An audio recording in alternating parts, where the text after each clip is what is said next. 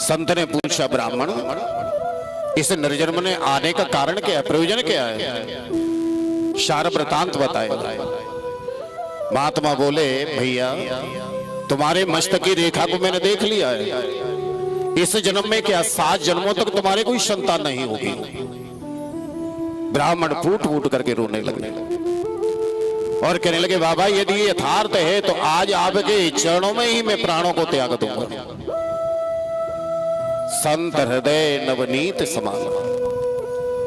संत का हृदय तो अत्यंत कोमल होता है, नवनीत मक्खन के समान। इनको दया गई और बोले, बाबा ब्राह्मण तुम रो मत। इन्होंने अपनी झोली में हाथ डाल करके फल निकाला और फल निकालते देते हुए कहा, ब्राह्मण इस फल को ग्रहण करो। इस फल को तुम्हारी ब्राह्मणी जब भक्षण करेंगी तो सुंदर बालक को जन्म देंगे।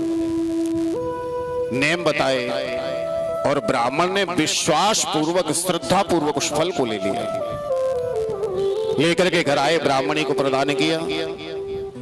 किसी कारणवश आत्मदेव को बाहर जाना हो गया। अब ये धुंधली रूपी ब्राह्मणी विचार करने लगी, कुतरना करने लगी, फल खाने से बेटा होता है क्या? किसी महात्मा ने, किसी बाबा जी ने बहका दिया ना कि फल खाने से बेटा होगा। अरे हमने तो ऐसा कभी नहीं सुना। चलो मान लिया होता भी होगा तो नेम तो बड़े कठिन है। पृथ्वी पर सोना होगा, एक बार भोजन करना होगा, किसी से मैं झगड़ा नहीं कर सकती, झूठ नहीं बोल सकती। और जब तक मैं पड़ोसिन से 2-4 बार झगड़ लेती नहीं तब तक तो भोजन हजर भी नहीं होता। प्रेम से बोलो जय श्री राधे। ये बुद्धि है ना। उसी समय इसकी छोटी बहन आ गई। चिंता का कारण पूछा तो सारा वृतांत कह सुनाया। अरे पगली, तू एक काम के, इस फल की परीक्षा है, तू इसको गाय को खिलाते। मेरे पति पूछेंगे तो मेरे 3 महीने का गर्भ है। 6 मास के बाद में जब पुत्र को जन्म दूं, मेरे पति को धन देकर प्रसन्न कर लेना, बालक को खरीद लेना। छोटी बहन ने जो कहा वही स्वीकार कर लिया। ये छोटी बहन कौन है? ये है मन। हमारा मन जो कहता है वही तो बुद्धि विचार कर लेती है, सोच लेती है। मन ने जो कहा वही सत्य है। परीक्षा हेतु फल इन्होंने गाय को खिला दिया। जैसे गाय सगर्भा हो गई, ब्राह्मण ने आगे पूछा, देवी फल खाया? महाराज फल भी खा लिया, मैं सगर्भा हूं। और गर्भवती स्त्रियों शत्र से ये निवास करने लगे। धीरे धीरे समय व्यतीत होता चला गया। 6 मास पूर्ण हुए, इसकी बहन ने पुत्र को जन्म दिया। रातों रात उसे खरीद लिया। सुबह होते ही पति के पास संदेश भेज दिया, महाराज प्रसव की पीड़ा को सहन करते हुए मैंने पुत्र को जन्म दिया। आत्मदेव को बड़ी प्रसन्नता हुई। नामकरण संस्कार का समय आया तो बोली, महाराज कष्ट तो सहन हमने किए, इसलिए इस बालक का नाम मेरे नाम से मिलता हुआ होना चाहिए। इन्होंने सोचा नाम ही तो रखना है। अब श्रीमती जी जैसे प्रसन्न हो वही कार्य करें। प्रेम से बोलो जय श्री राधे। तो उनका नाम क्या था? धुंधली। तो बेटा का नाम रख दिया धुंधकारी। ठीक 3 मास के बाद गाय ने एक सुंदर बालक को जन्म दिया, जिसके 2 कान गाय सदृश थे, संपूर्ण शरीर मनुष्य का। इन्होंने इसका नाम गोकर्ण रख दिया। प्यारे ऋषियों, बालक में संस्कार जन्म लेने के बाद नहीं, जब ये जीव मां के उदर में आता है और मां की जिस प्रकार की संगति होती है उसी प्रकार के उस जीव में गुण अवगुण विद्यमान होते हुए चले जाते हैं। इसलिए हमारे धर्म शास्त्र संत महापुरुष बार बार वर्णन करते हैं, उद्घोष कर रहे हैं कि गर्भावस्था में माताओं को भागवत पढ़नी चाहिए। भागवत सुने, गीता पढ़े, रामायण पढ़े, संकीर्तन करें, तो उसी प्रकार की धर्म से संबंध संतति की उत्पत्ति होती है।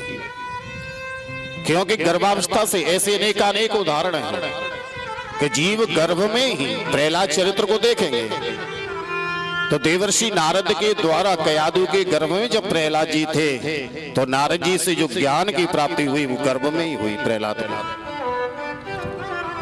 अभिमन्यु को देखें, ऐसे अनेकों उदाहरण हैं। तो जीव में संस्कार गर्भावस्था से ही प्रारंभ हो जाते हैं। युवावस्था में आए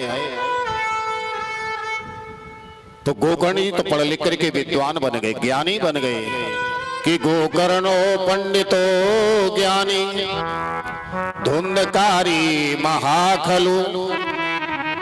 ये विद्वान हुए परंतु धुंधकारी दुष्ट प्रवृत्ति का हो गए। आत्मा ने देखा कि मेरा पुत्र धुंधकारी दुष्ट प्रवृत्ति का है, बेटा को समझाया, पुत्र तुम्हारा जन्म ब्राह्मण कुल में हुआ है और ब्राह्मण का जो कर्म है, ब्राह्मण का जो धर्म है उसे ग्रहण करो। ब्राह्मण के जो सत्कर्म बताए उन्हें ग्रहण करो।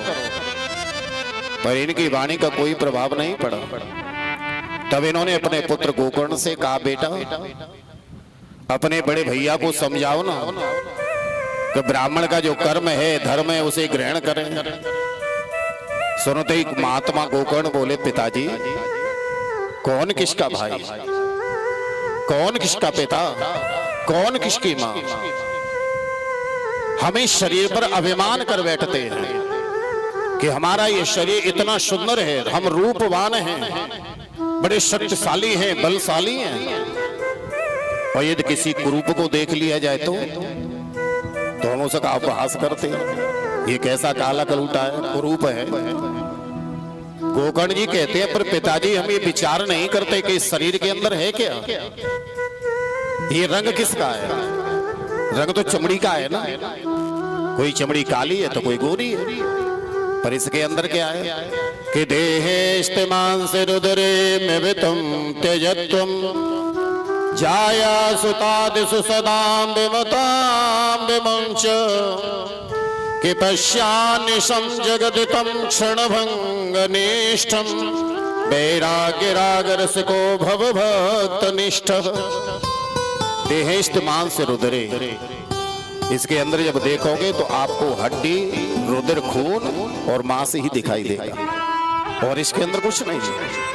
अब चाहे वो चमड़ी गोरी है या काली है, सबके अंदर वही है, हड्डी है, मांस है, खून है। तो फिर अभिमान क्यों? और अभिमान भी हम कैसे शरीर पर कर रहे हैं जिसमें हड्डी, मांस आदि भरा हुआ है।